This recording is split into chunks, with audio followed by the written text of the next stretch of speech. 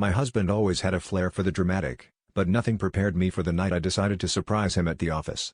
He'd been working late for weeks, coming home with lipstick smudges on his collar and stories about team bonding with his so-called work wife.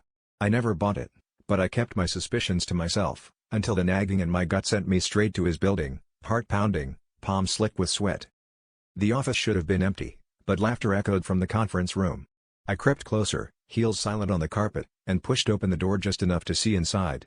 There he was, center stage, trying on a red lace Eddie and fishnets while his work wife snapped pictures, giggling and feeding him lines for some twisted roleplay.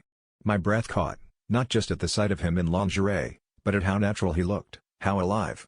I almost laughed, but rage burned hotter. He saw me before I could bolt. His face went white, then red, then something else entirely, relief. She scrambled to cover herself, but he didn't move, just stared at me, chest heaving, makeup smeared. When I demanded an explanation, he didn't deny it or beg. He just confessed everything, how the late nights weren't about her, or even me, but about feeling alive, living a truth he'd buried for years. She was just someone who let him be himself, no strings, no judgment.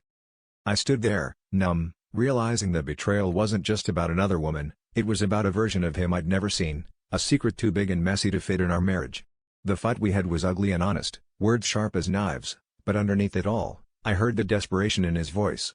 Not for her, not for the thrill, but for freedom.